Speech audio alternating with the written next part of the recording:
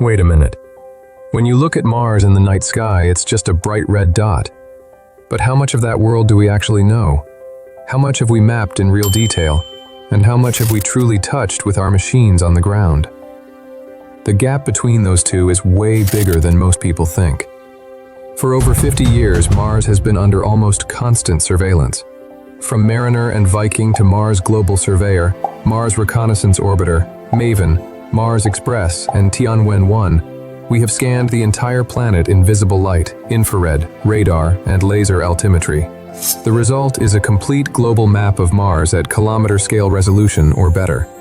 We know the exact heights of the giant volcanoes, the depths of canyons like Valles Marineris, the structure of impact basins, and the shape of the polar ice caps. With instruments like the Mars Orbiter Laser Altimeter, scientists built a 3D elevation model that functions almost like a digital twin of the planet. Then we zoom in. HiRISE, the spy camera in orbit, can resolve objects smaller than a school desk from hundreds of kilometers up. So detailed that we see dune ripples, fresh impacts, even the tracks of our own rovers scratched into the dust. On paper, that sounds like we've conquered the map. But have we actually explored Mars?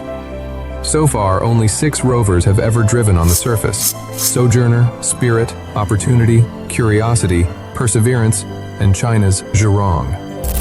Add up every meter they've traveled, and you get just over 100 kilometers, on a world with the land area of all Earth's continents combined.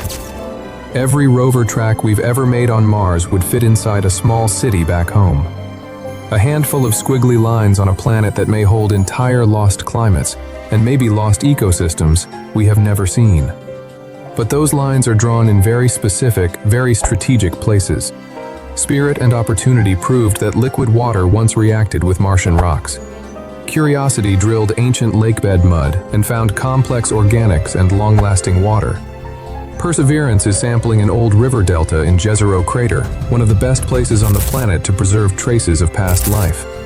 Above them, orbiters track dust storms wrapping around the globe, CO2 frost creeping across the poles, and subtle changes in gases and temperature, revealing that Mars still breathes and changes, even if it looks frozen and dead in a single photo.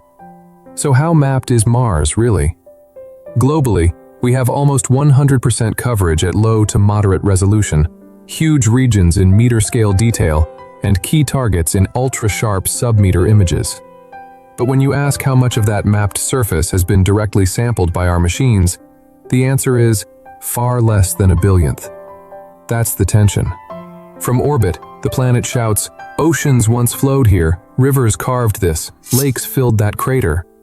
From the ground, our tiny set of cores and close-ups quietly confirm, early Mars really could have been habitable, which means most of its deepest secrets are still sitting in places no wheel has rolled and no drill has touched. So the next time you see that red dot in the sky, remember, we've turned it into one of the best mapped worlds in the solar system. But exploration-wise, we're still at the level of a few footprints in a vast, unknown continent. The real story of Mars will begin when those footprints, robotic and human, multiply across the maps we've already drawn.